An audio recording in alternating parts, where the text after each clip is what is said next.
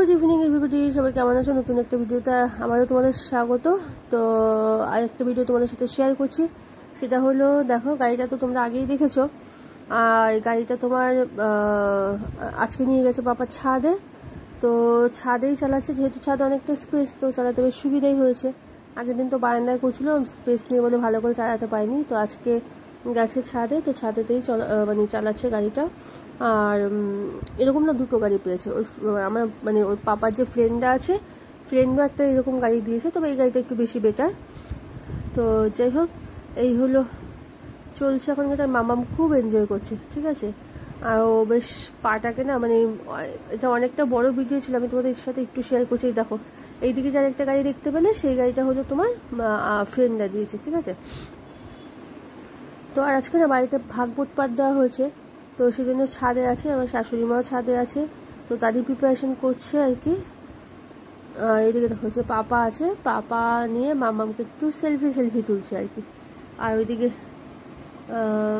যেহেতু তোমার ছাদটা পুরো ওপেন, তাই জন্য ওই ওপরে চাদরের মতো টানিয়ে দেওয়া হয়েছে, একটা শেডের মতো করা হয়েছে। যেহেতু ওপেন ছাদ না, কিছু টানানো মুশকিল আর কি। তো দুটো চাদর পেতে দেওয়া হয়েছে ওপরে, যাতে লোকজন আসলে একটু বসতে পারে। তখন আমাদের ছাদের শেড হয়নি। তো শাশুড়িমার ইচ্ছে ছিল একটু ভাগবত পাঠ দেওয়া, তো সেই ভাগবত পাঠে আজকে দেওয়া হবে। ভিডিওটা থাকলে তোমাদের সাথে শেয়ার করে দেবো।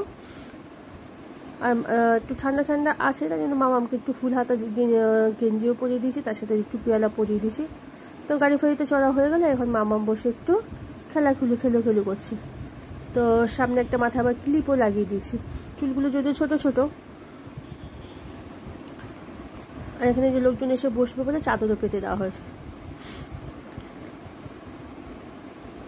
তো যাই হোক, এরকম ভিডিও তো অলরেডি আমার কাছে আছে, সেগুলি তোমাদের সাথে শেয়ার করছি। ভালো লাগলে একটা লাইক করে দিও, আর যারা চ্যানেলে নতুন আছো তার চ্যানেলটিকে অবশ্যই সাবস্ক্রাইব করো। আর তোমাদের সবাইকে নিয়ে, তোমাদের ভালোবাসায় আশা করি অনেক দূর এগিয়ে যেতে পারবো। তো যাই হোক, এবার ও একটু দাঁড়ানোর চেষ্টা করছে আর কি, ঠিক আছে। দাঁড়াতে তখন সেভাবে পায় না, তো দেখলাম অনেকক্ষণ ট্রাই করছে দাঁড়ানোর জন্য, একটু ব্যালেন্স দিয়ে এদিক ওদিক করছে, কিন্তু আলটিমেটলি দাঁড়াতে পারলো না।